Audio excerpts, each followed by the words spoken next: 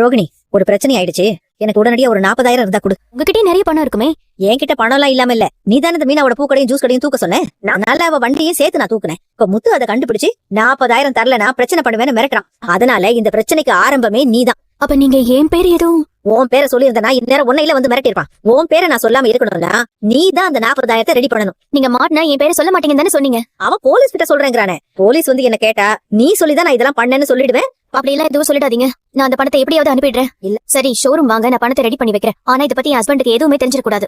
உடனே அங்க வரேன். வித்யா நம்ம கல்யாணத்தப்போ 1,00,000 ரூபாய்க்கு எனக்கு நகை போட்டா, அவ கல்யாணத்துக்கு நம்ம என்ன பண்ணலாம்னு யோசிச்சுட்டு இருக்கேன். பொதுவா கல்யாணத்துல 500 ரூபா மொய். உன் ஃப்ரெண்டு கல்யாணமாச்சே 1000 ரூபா மொய் வைக்கலாம்னு சொன்னேன். பரவாயில்ல விடு, நான் பாத்துக்கிறேன். என்கிட்ட இருக்கிற நகையை வித்து நான் அவளுக்கு பண்ணிக்கிறேன். இது என்னோட ஸ்டேட்டஸ் இஷ்யூ. அவ எனக்கு பண்ணிருக்கா. நான் அவளுக்கு பண்ணலனா என்னதான் தப்பா நினைப்பா. நீ ஏன் இப்ப கோவப்படுற?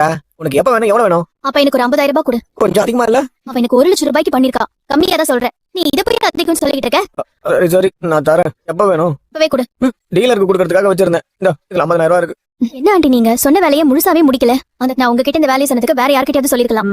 நீ என்கிட்ட சொன்னதுனாலதான் பிரச்சனை உன் பக்கத்துல நான் உன்னை காப்பாத்தினேன். ஆனா ஒண்ணு, அந்த மீனாவை நான் இதோட விட்டுருவேன் மட்டும் நினைக்காத.